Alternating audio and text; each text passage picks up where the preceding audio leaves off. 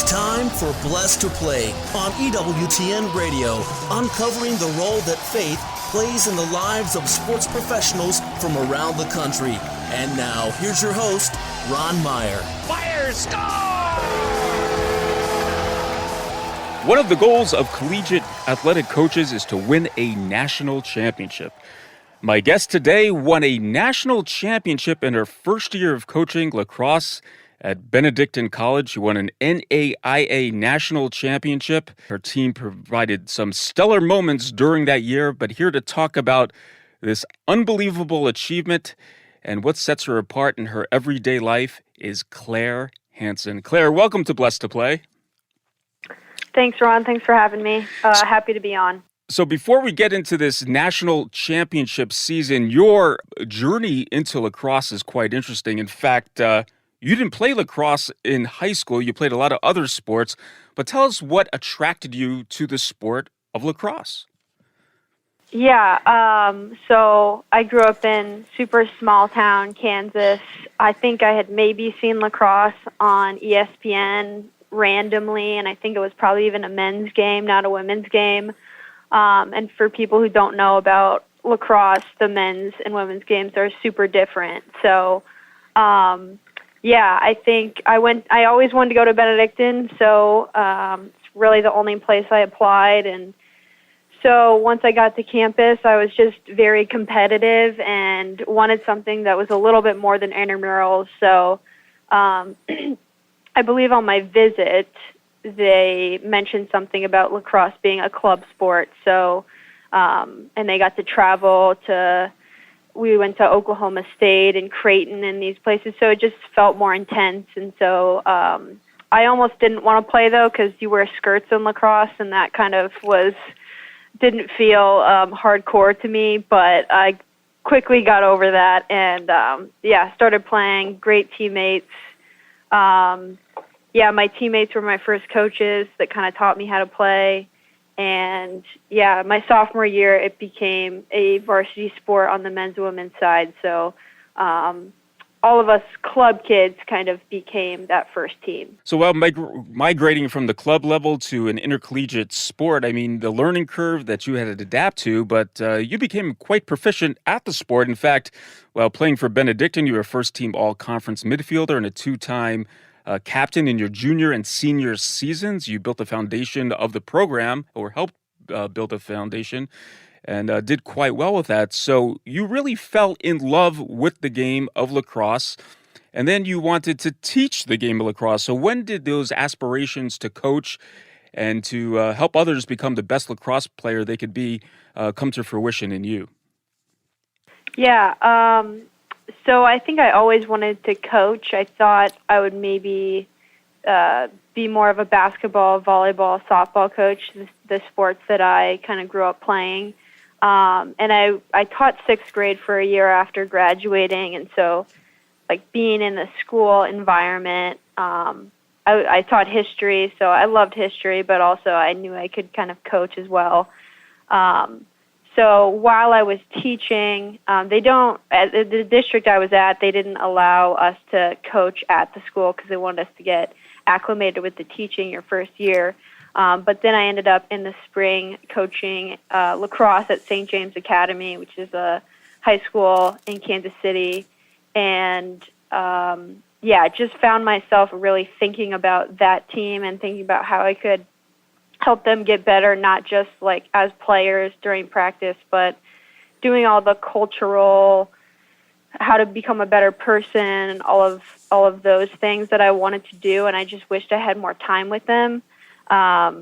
So just through that experience, I just thought, I wish I was getting paid to coach lacrosse. And then I thought about my head coach in college and how that's what she was doing. So, I kind of talked to her and some other people and decided that might be better for me in the long run. Blessed to Play, Ron Meyer chatting today with Clare Hanson. She's the women's lacrosse coach at Benedictine College in Atchison, Kansas. And so you were a graduate assistant at Benedictine, coaching lacrosse players, obviously. And then Amanda McGee took a job who was the head coach at Rhode Island College. So this opened up the spot of head coach, and you got the job. So here we go. Let's talk about this historic season. What led up to the national champion? Coming in as a first-year coach, you had to develop the program. You impart your own philosophies, your methodology. Talk about the growth of the team and what you were trying to achieve before the season started. Yeah, I think Coach McGee was such a good mentor. From the moment that I came back as graduate assistant, she really let me do a lot. And so, I was heavily involved with the team for 2.5 years before she ended up leaving. But yeah, I think like we were doing most of the same things, and I was able to really actually coach. It wasn't like I was running around just getting her coffee. She really invested in me as a coach. And so while the players, she was and is a beloved member of our program forever. So they were certainly sad to see her go, but we also knew that we had a good chance and a great team, and so our mission was kind of the same. But honestly, that roster in 2022 was arguably the least talented we had in 4 years. So certainly in the fall, you would have asked the seniors that we had on the team if we would have won a national championship. They would have thought you were nuts, just because you looking at it on paper and it didn't make sense. So, yeah, I think we got really better. We got way better over the course of the season, and especially those upperclassmen, they kind of figured out halfway through that they had to not feel sorry for themselves, that maybe the younger players weren't as where they wanted them to be, and it was more about how do I get these people there. And so once they kind of made that decision of, okay, how do I help them get there, those guys really started to shine, and we became a much better overall team. So we went on spring break and won a really tight game. I think there was like 10 seconds left, and we scored like 2 goals. We were down 1, scored 2 goals, and won that game. And that's a game that got delayed by like 2 hours. It was pouring rain. It was epic. And winning that game, I think, made everyone believe that we could beat anybody, because we beat Life University, and they were one of the top teams in the country at the time. So they bought into Coach Hanson, and then the team performed well, and you gave one example of that. And they made it to the national tournament of Southfield, Michigan. I'll take you back there to 2022, the tournament where everybody's, they're gunning for the top trophy, all be a national champion, that coveted possession. Talk about the tournament itself and how it went, and how you got your team ready to perform during that tournament. Yeah. So the whole story of that tournament, there's so many great storylines. We came in the 6th seed. I don't think a lot of people were thinking about us or really saw us as much of a threat. I mean, we had beaten that one team earlier in the year. But the year prior, in 2021, we had absolutely got demolished by Lawrence Tech, who we would play in the final in 2022. So for our team, really, we just wanted to win the first round. All we were thinking about was the first round and playing well. I mean, not even really thinking about winning. We just didn't want to play bad. We just wanted to not be embarrassed like we sort of were the year before.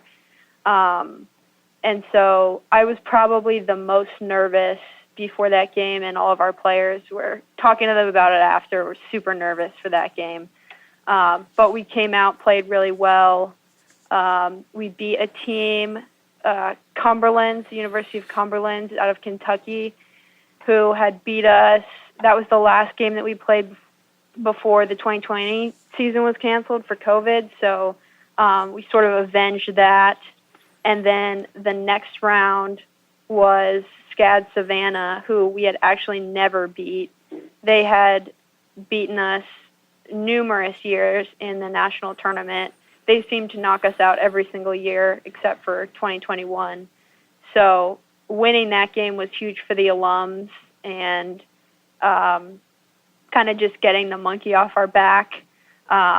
Also in that game, at the end of the first quarter, one of the best players on our team, Natalie Wechter, tore her ACL right at the end of the first quarter, and she's our leading scorer, our leading draw taker. So, I remember it was also raining during that game, but I just remember, the team coming to a timeout right after she had hurt, and she was hurt, and she was behind the tent, so they couldn't see her. And they just looked like flustered because she was out, and I just said to them, I think verbatim, I said, "Sis is okay." And you could see like the relief on their face, and I didn't know if she was okay, but I knew she was going to play because that's the kind of kid she is. So, of course, we didn't know her ACL was torn at the time, but she was not as limber as she normally was. But she did play in the rest of that game. She played in the national championship game. She had a goal after she tore her ACL, and she had like 3 assists in the national championship game. So we won that Final Four by the skin of our teeth, and then in the championship game also avenged, that 2021 loss to Lawrence Tech with the national championship. So, and that team was undefeated. It was on their home field. Natalie Wechter's brother, who was a Army Ranger, was at the game, and he did our pregame national championship speech. The families are super involved with our team, so when an Army Ranger is pumping you up, they're ready to roll for the national championship game. Some great stories there. All right, let's take a break. On the other side, we're going to talk about the faith life of this national champion head coach of Benedictine College women's lacrosse. Clare Hanson is with us. Don't go away. You're listening to Blessed to Play.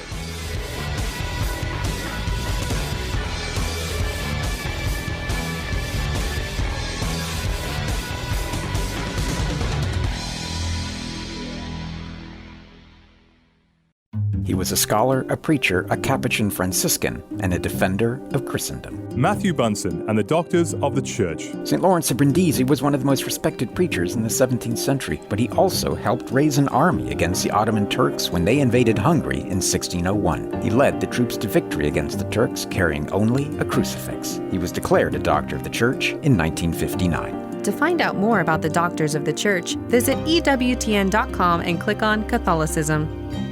EWTN Radio is all over social media. All your favorite programs are available right now, on demand for you to listen or download. Check us out on SoundCloud. Look for EWTN Radio. Remember, EWTN is everywhere. This is EWTN, Catholic Radio.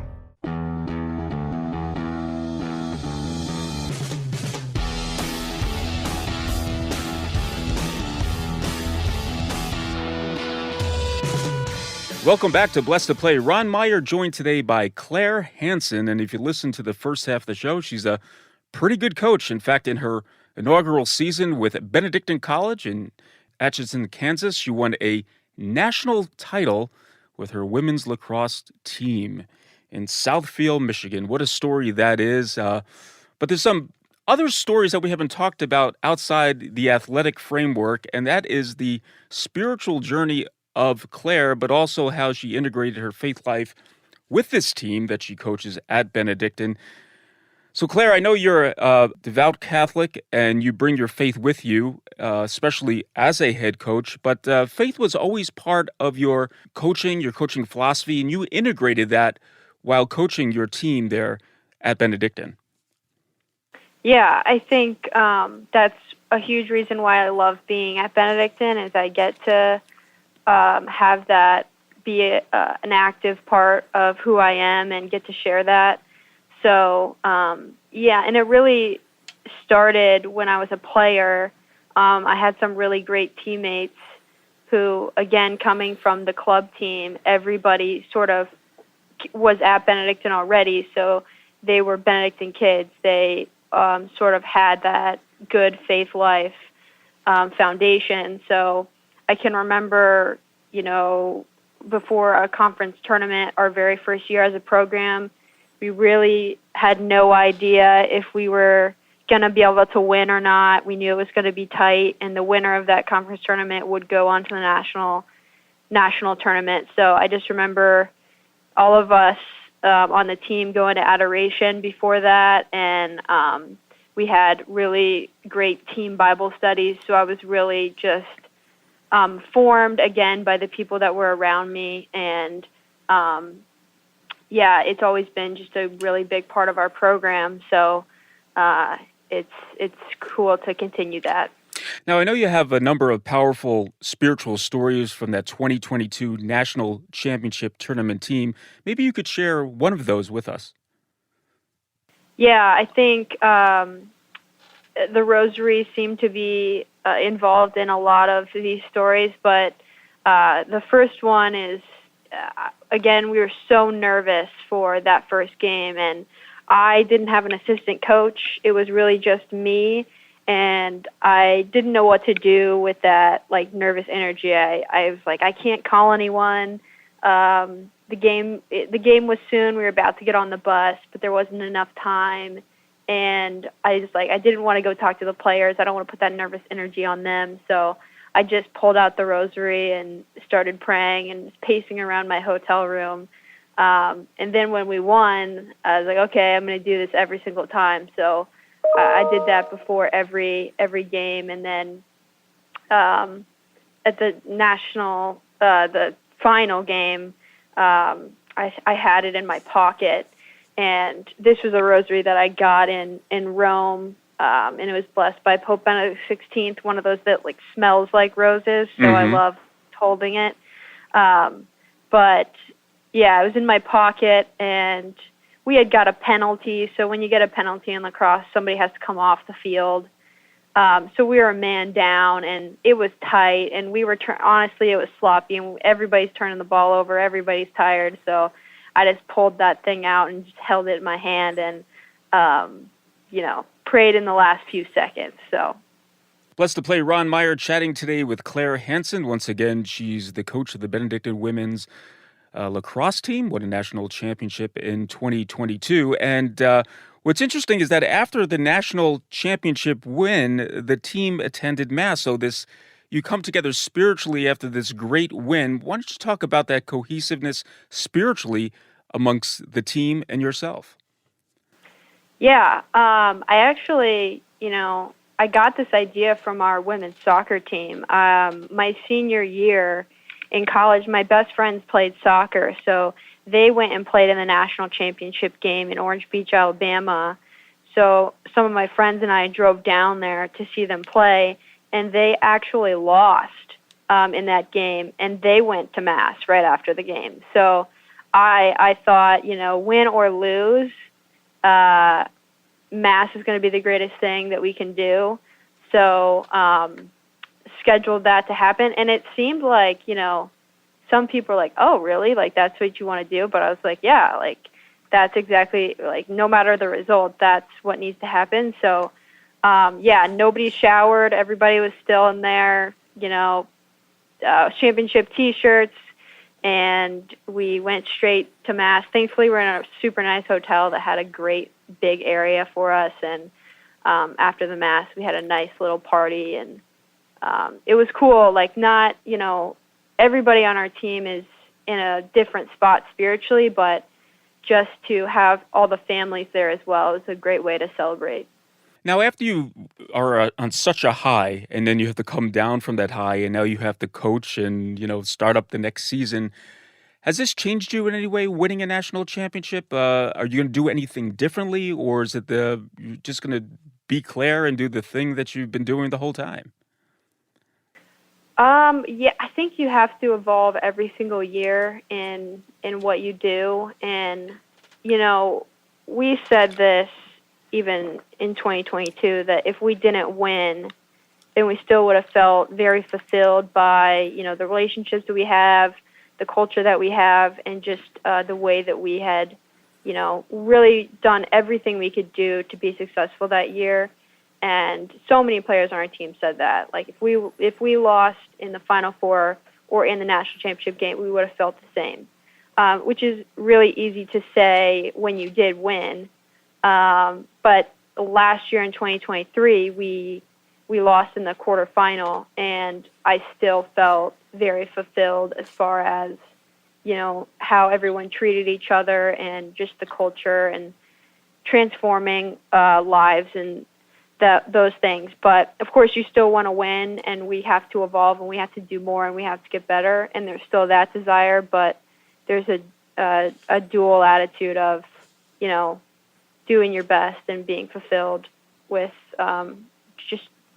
doing your best and having good relationships. How about some of the players on the team? I know when I played sports, obviously you have leaders that show up. Some of them are named captain, as you were, Claire, right? But have spiritual leaders come forward now on the team to maybe stress the importance of how much spirituality plays a part in the makeup, in the cohesiveness, and the chemistry of Benedictine College women's lacrosse? Oh, for sure. We always have spiritual leaders, and that's something that I sort of look for in recruiting as well. Who are those people going to be down the line who are good Benedictine College fits? And, I can think back to my time as a player. We always had those spiritual leaders, and certainly on our team. It's interesting. Sometimes we have people in sort of every class. We have senior captains who are great spiritual leaders. Last year it was Claudia Garcia, who was a senior. But we also have younger ones who, that's sort of their niche for the team. And it's interesting. I think that's what's great about our team too, because it doesn't necessarily, sometimes those kids aren't the ones who are playing a lot, but they still have such an important role. And that's something that we always emphasize. Even if you're not on the field, everybody's got a really important role. Certainly, we want people who are selfless, humble. But I think it's interesting, different positions on the field have different attributes. And I talked with our women's soccer coach about this a lot. I can't remember the name of the test, but they do it in the NFL, and like Patrick Mahomes is an Eagle, and Eagles are very selfless, but they also have a high degree of confidence, and they know how to work with people.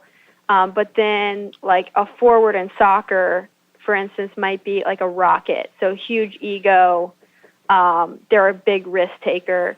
So just like the personality of each position, I think is really important to kind of figure out. So I when I say humble, it's like I still want my attackers and the people who are going to score to have big egos, because I think you have to. And the best players that we've had have that. But they're also really good teammates and, want the best for the whole team as a whole. So, Claire, what you're saying is you have to be a bit of a psychologist, too, to be a coach in sports. Yeah, you really got to figure out, I wish I could give them all a test before, they come to campus or in recruiting, but, I don't have $1 million to spend on that, or else I totally would. So tell us about the routine. How did you get your team to perform at such an optimal level? Is it, the strength training to the discipline? Can you break it down into a few takeaways on how you get your team ready to perform at an optimal level? Yeah, I'm glad you mentioned the strength training. I think we have such a great, staff for strength and conditioning, for athletic training, and the communication and the collaboration with those people has really been incredible. Even in 2022, I learned a lot, because when we went on spring break, we win that huge game against Life. We had a day of rest in between, and then we played another really good team. But we were in shape, but I could tell that we were super fatigued. And I go to my strength and conditioning coach, and he's like, okay, well, what did they eat? How did they recover? So we really upped our ability to recover when we went to the national championship. and that paid off hugely. We kind of changed what they were eating. We provided them more stuff versus just letting them eat what was in the hotel. And then, really invested in some recovery materials, which cost some money, but, at Benedictine, they want you to have the best that is available. So, yeah, the collaboration between strength and conditioning and athletic training is huge, and just the mentality that the weight room also builds.